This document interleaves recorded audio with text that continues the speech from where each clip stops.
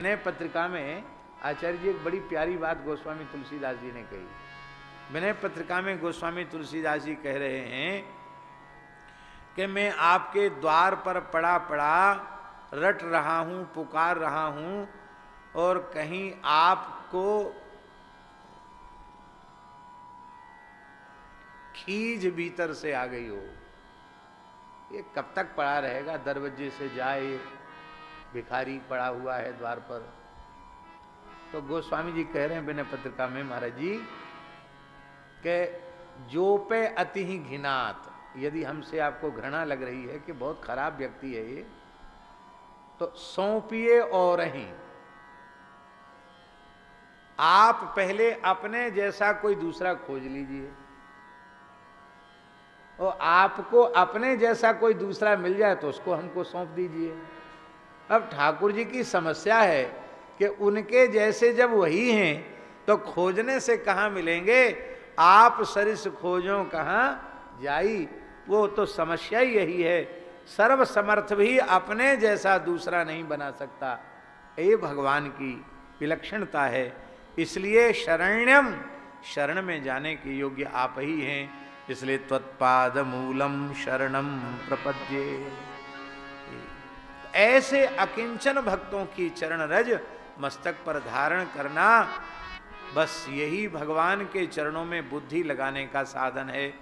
हम लोग ऊर्ध्व पुंड्र जो धारण करते हैं, गोपी चंदन से धारण करते हैं अथवा श्वेत मृदा से धारण करते हैं, जो मैलकोटा में रज होती है वहाँ से धारण करते हैं। ये क्या है? ये अकिंचन भक्तों की चरण रज ही है, जिसको हम लोग तिलक के रूप में अपने मस्तक पर धारण करते हैं। बोलो भक्तवत्सल भगवान की जय। कितने स्थलों पर हम बतावें आपको? अनेक स्थलों पर। रहो गणई तत्तपसा न याति, न चेज्जया निर्वपणात् ग्रहाद्वा, न छंदसा नैव जलाग्नि सूर्यैर बिना महत्पाद रजोभिषेकम। इसलिए चरण रेणु आशा धरी। आप संतों की, हरि वल्लभों की चरण रज हमें मिल जाएगी तो हमारी जो बुद्धि है वो अनर्थ से मुक्त होकर भगवान के चरणों में विनिवेदिता हो जाएगी। भगवान के चरणों में समर्पित हो जाएगी हमारी बुद्धि। इसलिए जिन चरण रेणु आशा धरी। उद्धव जी महाराज कितने उच्च कोटि के भक्त हैं। बहुत बड़े ब्रह्मवेत्ता हैं। शिष्यो बृहस्पति साक्षात उद्धवो बुद्धि सत्तमः। और वे उद्धव जी महाराज वृंदावन में आते हैं और कम से कम 6 महीने ब्रज में निवास करते हैं। तो क्या बोलते हैं? आशा महो चरण रेणु जुषामहं श्याम, वृंदावने किमपि गुल्मलतौषधीनां, या दुस्त्यजं स्वजनमार्य पथंच हित्वा, भेजुर्मुकुंद पदवीं श्रुतिभिर्विमृग्यां, वंदे नंद ब्रज स्त्रीणां पादरेणुमभीक्ष्णसः, यासां हरिकथोद्गीत पुनाति भुवनत्रयम्। तो चरण रज की बहुत भारी महिमा का वर्णन किया गया है। इसलिए नाभाजी कहते हैं हरि वल्लभ सब प्रार्थों, जिन चरण रेणु आशा धरी। प्रियादासी कहते हैं इसमें षष्ठी तत्पुरुष समास है। हरि के जे वल्लभ हैं दुर्लभ भुवन माझ, तिन्ही की पद रेणु आशा जिय करी है। हरि के जे वल्लभ हैं दुर्लभ भुवन माझ, तिन्ही की पद रेणु आशा जिय करी है। योगी जति तपी तासो मेरो कछु काज नाही जोगी जति तपीता सो मेरो कछु काज नाही प्रीति परती रीति मेरी मति हरी है प्रीति परती प्रीति मेरी मति हरी है कमला गरुड़ जाम्बवान सुग्रीव आदि सवे स्वाद रूप कथा पोथिन में धरी है प्रभु सो सच्चाई जग कीरति चलाई अति मेरे मन भाई सुखदाई रस भरी है मेरे मन भाई सुखदाई रस भरी है हरि के वल्लभ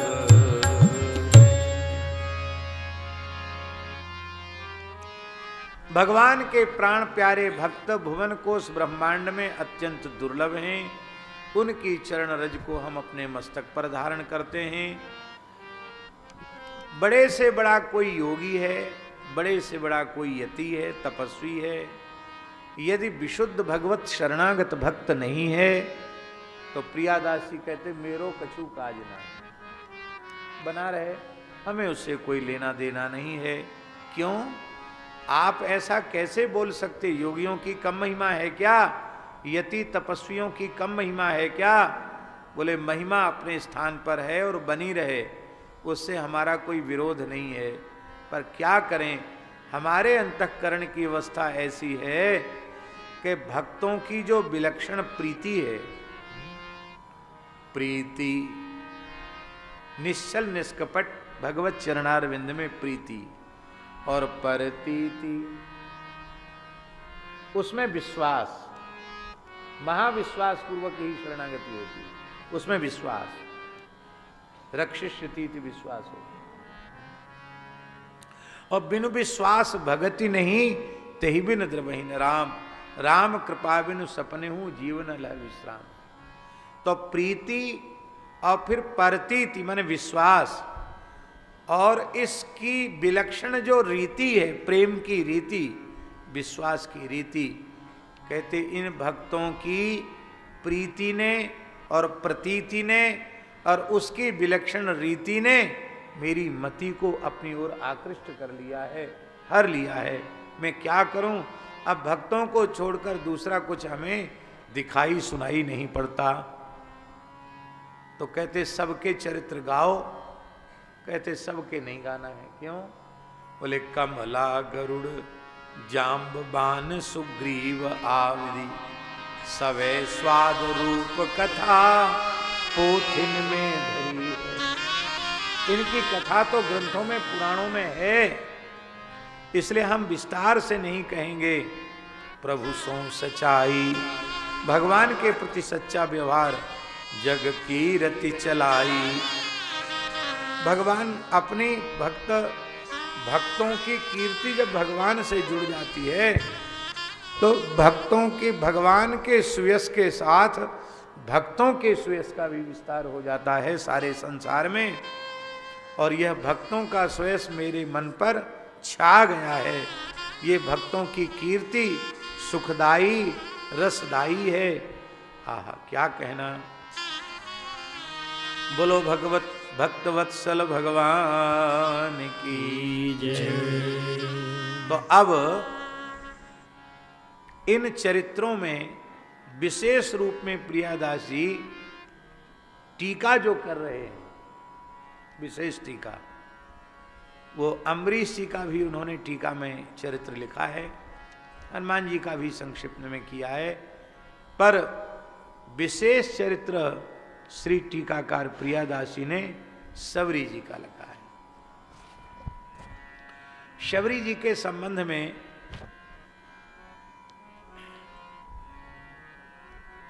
यद्यपि श्रमणाम धर्म निपुणाम अभिगच्छेति राघव जो मूल रामायण में आया है, यह श्रमणा का अर्थ है महाराज जी ऐषणात्रय शून्या, क्योंकि ऐषणात्रय त्यागो संन्यासा, त्रिविध ऐषणाओं के त्याग को ही संन्यास कहा गया। अब वर्तमान के समय की बात हम नहीं कहना चाहते हैं, कोई भी बात कहने से बड़ा विवाद खड़ा हो जाता है, और वादो नावलंब्य नारद जी का आदेश है, इसलिए अपने पूर्वाचार्यों की बात माननी चाहिए। वर्तमान में तो कोई विधि अविधि का विचार ही नहीं है, कर्तव्य कर्तव्य का विचार नहीं है। शास्त्रों की भी मनमानी व्याख्या अपने स्वार्थ की सिद्धि के लिए लोग कर लेते हैं। शब्दाह कामधेनवः, जो चाहो अर्थ दोह लो, लेकिन ये ठीक नहीं है। आर्ष वचनों को परम प्रमाण मान करके अपनी बुद्धि न लगा करके उसे ज्यों का त्यों स्वीकार करना चाहिए, यही उत्तम है। सन्यास की भी विधि सबके लिए नहीं है।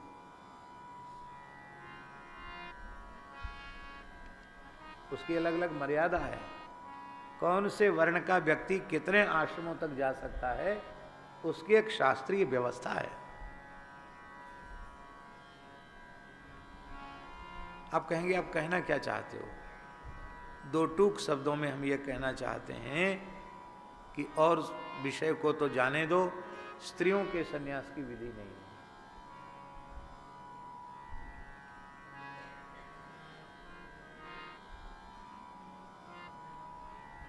तब यहां श्रमणाम,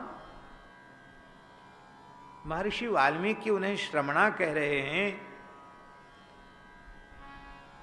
इसका दास को ऐसा ही अर्थ लगता है गुरुजनों की कृपा से, ऐषणात्रय शून्याम।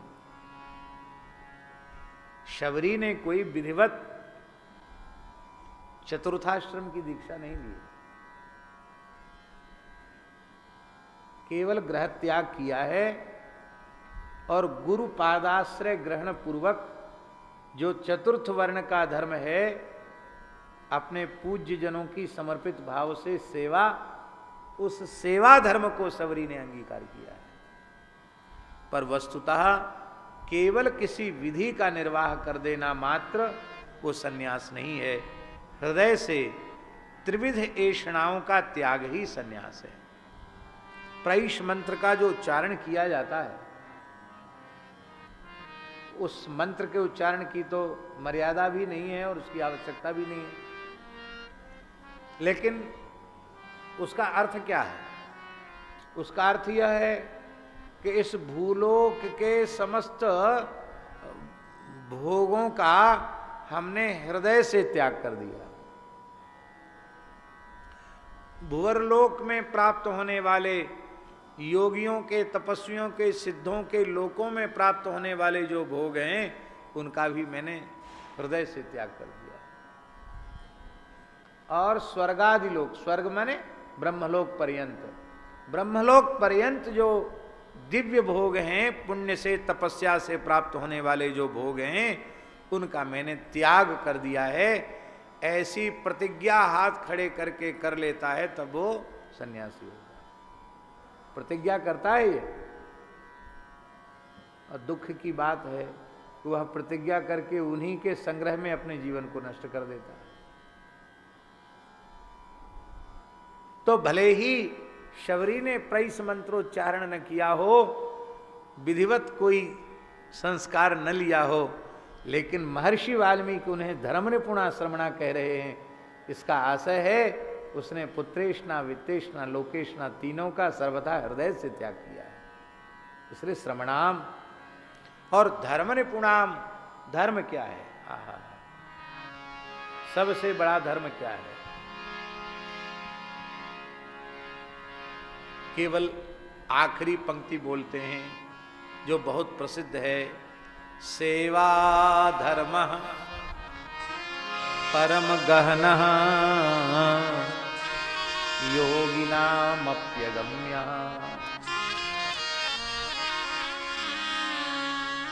सबसे गहन सेवा धर्म है।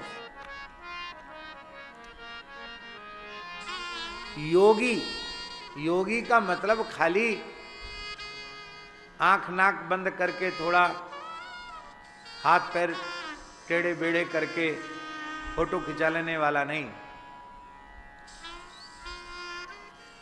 पिंड और ब्रह्मांड के समस्त भेदों को हस्तामलकवत अनुभव कर लेने वाला,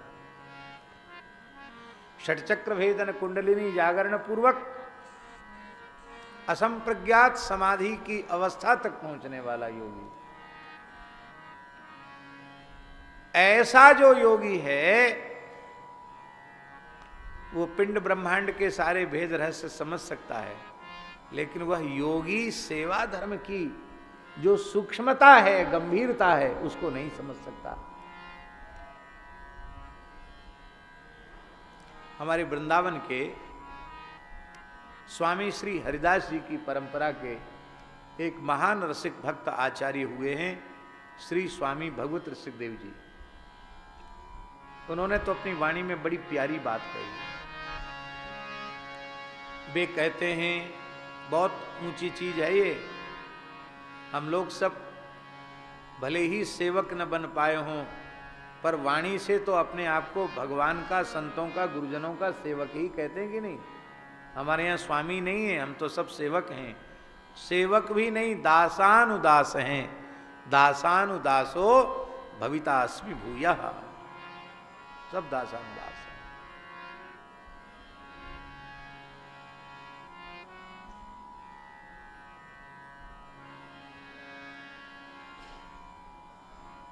रुचि ले सुचि सेवा करे,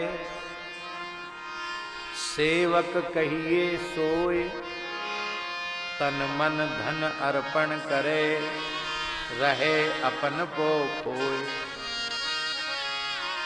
सेवा की पहली शर्त है सेव्य की रुचि का विचार करके सेवा करो। सेव्य की रुचि का विचार करे।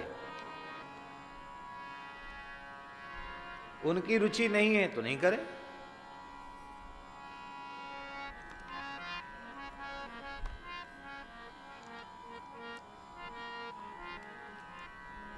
सच्ची बात है, अभी हमारे जगदीश दास जी नहीं आए, चले गए हैं, तो वो बता रहे थे उनके बालेश्वर में एक महापुरुष आए, तो एक गृहस्थ ने उनका निमंत्रण किया। तो ही बड़े भक्त थे। अब शरीर तो शरीर कब बिगड़ जाए, तो रात को ही जो वक्ता महानुभाव आए थे, संत ही थे, उनको लूज मोशन होने लग गया, बार बार शौच जाने लगे। और सवेरे वो आए, बोले महाराज चलो आपका निमंत्रण है। तो उन्होंने कहा भाई मेरी हालत तो बहुत ख़राब है, शाम को कैसे कथा कह पाऊँगा, अपने आप पर भरोसा नहीं हो रहा है, पर क्या करें, कथा तो करनी ही पड़ेगी, तो मैं कुछ भी ग्रहण नहीं कर सकता, मेरा स्वास्थ्य अनुकूल। अरे बोले ऐसे कैसे होगा, हम रात को ठीक से सोए नहीं, कहाँ कहाँ से सामग्री इकट्ठी करी, और हमारा पति सवेरे 8 बजे सो के जगता है। वो माता जी बोली, हमने पीछे पड़ के उसको सवेरे 4 बजे जगाया, नहवाया, और उसको भी साथ में काम हाथ बटाने में उसको लगाया, काम में लगाया, कितने तरह का तो व्यंजन बनाया है, और मैं नहा धो के सब बड़ी पवित्रता से बनाया है। हमारे घर में भगवान की सेवा विराजमान है। अब कितने लोगों को हमने बुलाया है, विशिष्ट लोगों को, आप नहीं आओगे हमारी तो नाक ही कट जाएगी। अरे बोल भाई तुम्हारी नाक रहे चाहे कटे, मेरा स्वास्थ्य ठीक नहीं। बोले कोई बात नहीं, हमारे घर में डॉक्टर हैं, हम डॉक्टर को बुला देंगे, आपको गोली खिला देंगे, पर आपको पाना तो पड़ेगा। बोले नहीं, गोली से भी हमारे गोली काम नहीं कर रही। बोले हम इंजेक्शन लगवा देंगे, बोतल चढ़वा देंगे, लेकिन भले ही, बोले ऐसे खाएंगे मर जाएंगे। बोले कोई बात नहीं महाराज जी, वृद्ध शरीर है, लेकिन आप चलिए।